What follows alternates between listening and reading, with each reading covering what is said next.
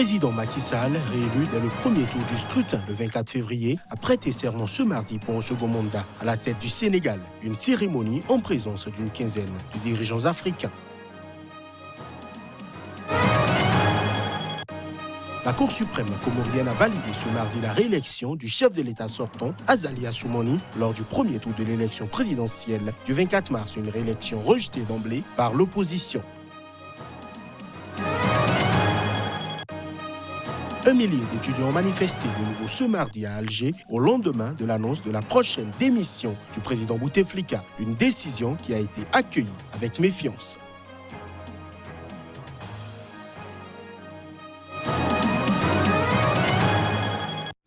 Voilà pour les titres. Bonsoir à chacun, bonsoir à tous et merci de nous retrouver pour ce point de l'actualité sur Sika. Le président sénégalais Macky Sall, réélu dès le premier tour du scrutin le 24 février, a prêté serment ce mardi pour un second mandat à la tête du Sénégal. Une cérémonie en présence d'une quinzaine de dirigeants africains. Les images. Devant Dieu et devant la nation sénégalaise, je jure de consacrer tous mes efforts, toutes mes forces à défendre les institutions constitutionnelles, l'intégrité du territoire et l'indépendance nationale.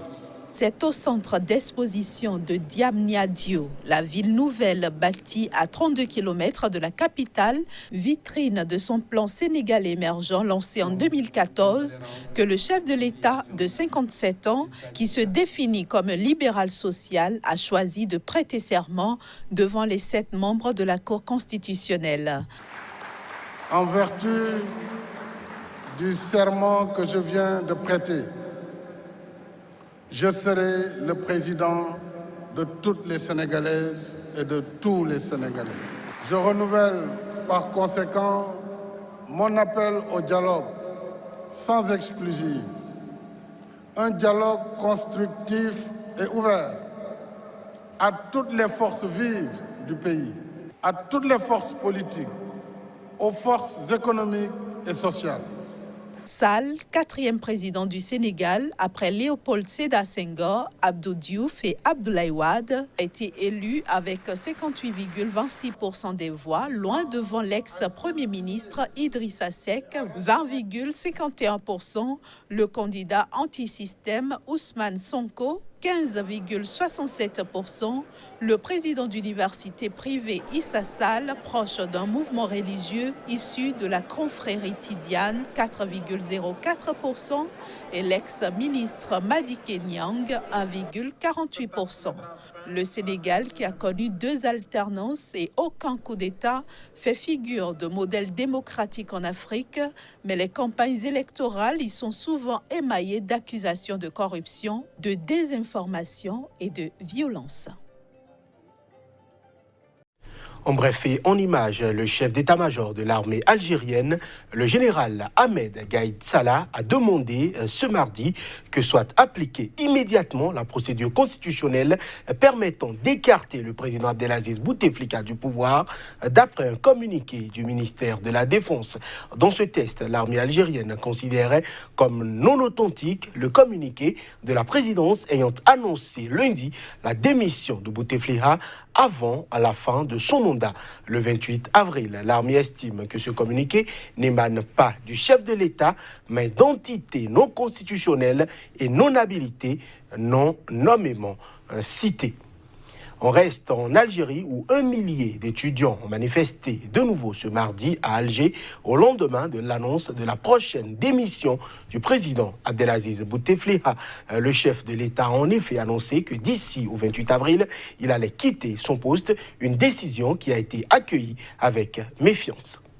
Confronté à plus d'1 million de contestations massives et inédites, Bouteflika, le dirigeant algérien qui sera resté le plus longtemps au pouvoir, a annoncé qu'il quitterait ses fonctions d'ici la fin de son mandat le 28 avril.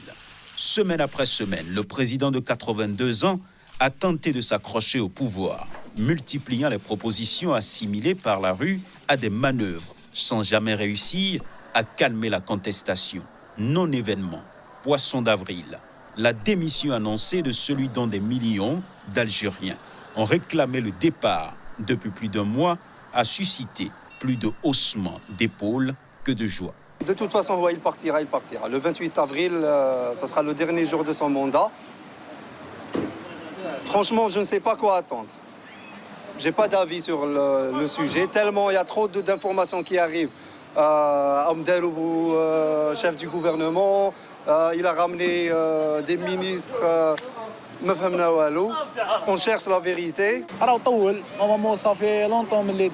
a déjà trop tardé. Ça fait longtemps qu'il aurait dû démissionner. Depuis 2014, il n'aurait même pas dû penser à se porter candidat. Je me demande qui est ce médecin qui a signé son certificat pour valider son dossier de candidature. Il est malade. Après, il parle de démissionner ou de rester encore un an. Tout le monde doit partir. Personne ne doit rester. Et ce sera au peuple de choisir après.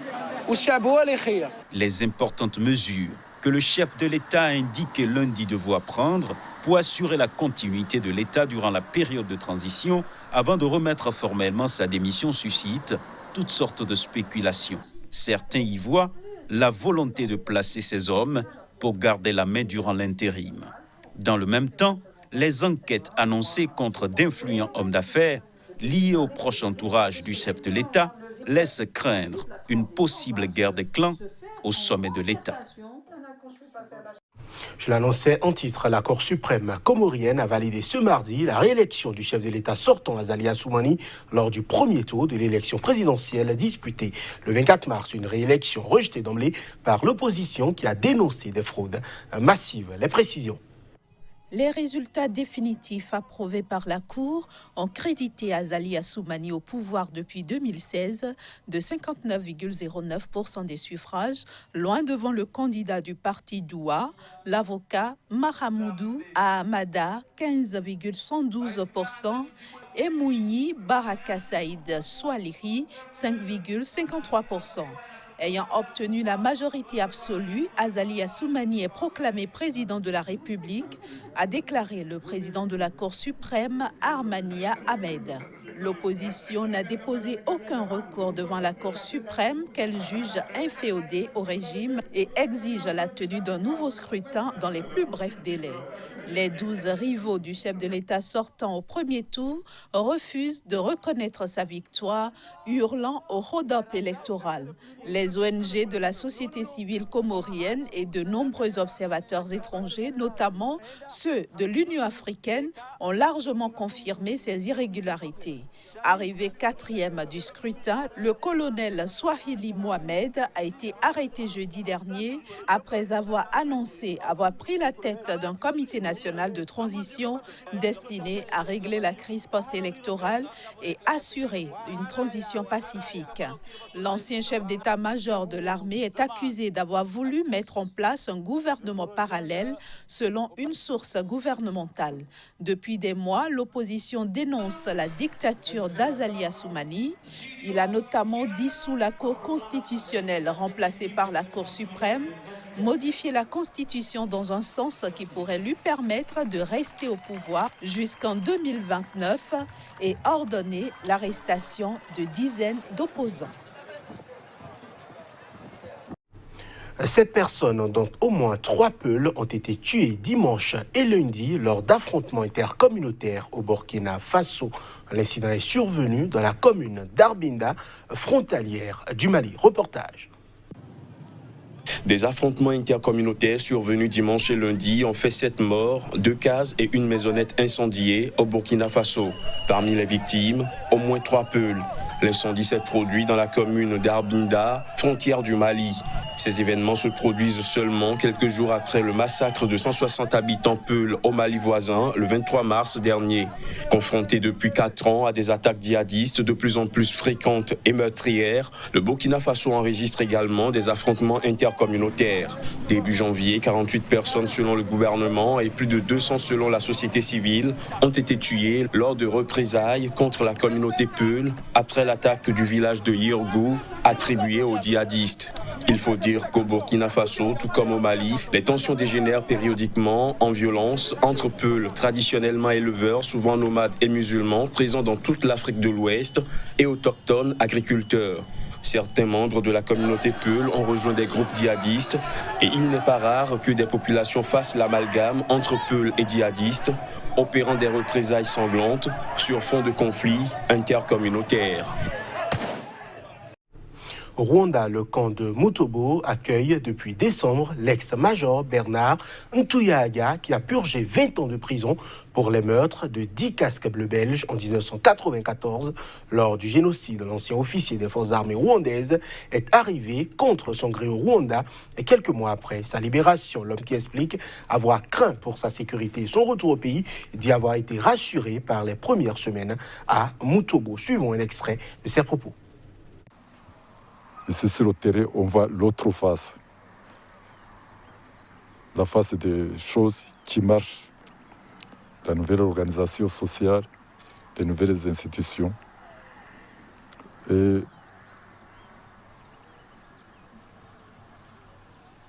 ça m'a rassuré. Et j'ai commencé à rassurer aussi ma famille et mes amis qui sont à l'extérieur. Parmi les commissaires des militaires qui étaient les ex-militaires des forces armées rwandaises à qui j'appartenais et aussi des militaires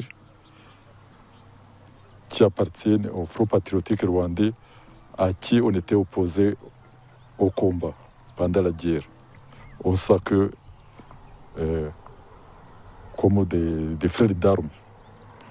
Donc ce qui m'a impressionné, ce qui est bon, après des conflits, j'ai senti que il me fait sentir et je l'ai senti que la guerre qui a eu lieu au Rwanda, c'était entre des Rwandais et que même après un quart de siècle, on se retrouve. Nous sommes tous des Rwandais et qui doivent enterrer la hache de la guerre et continuer la vie vers l'avant pour la reconstruction de soi-même et pour l'intérêt du pays. Pour finir, au Mozambique, l'épidémie de choléra qui sévit dans le centre du pays à la suite des inondations provoquées par le passage mi-mars du cyclone tropical Idai a fait un premier mort. Selon les autorités sanitaires, l'épidémie a également contaminé plus de 1000 personnes. L'épidémie de choléra qui sévit dans le centre du Mozambique à la suite des inondations provoquées par le passage du cyclone Idai a fait un premier mort. Le cyclone a frappé de plein fouet Beira, la deuxième ville du Mozambique, et son demi-million d'habitants le 14 mars dernier. Malgré les secours et l'aide humanitaire venue du monde entier, des centaines de milliers de sinistrés vivent toujours dans des conditions très précaires, dans des zones noyées d'eau sale qui favorisent la propagation d'épidémies telles que le choléra. Depuis, le nombre de cas de choléra enregistrés a continué à augmenter et atteint lundi matin un total de 1052. Quelques 900 000 doses d'un vaccin oral contre le choléra devaient arriver lundi au Mozambique, selon l'Organisation mondiale de la santé, qui s'attend à une hausse du nombre de cas dans les prochains jours. Selon la Direction nationale de la santé, la vaccination commencera mercredi à Beira et jeudi dans la ville de Dondo et Namatonda. 9 centres de traitement de choléra ont été mis en place dans la province de Sofala, dont Beira est la capitale, pour tenter d'enrayer la propagation de la maladie. De grandes quantités d'eau potable et des unités de purification de l'eau ont été acheminées vers les zones affectées par le cyclone, qui a fait 146 000 déplacés. Et ce sera tout pour ce journal que nous vous remercions d'avoir suivi.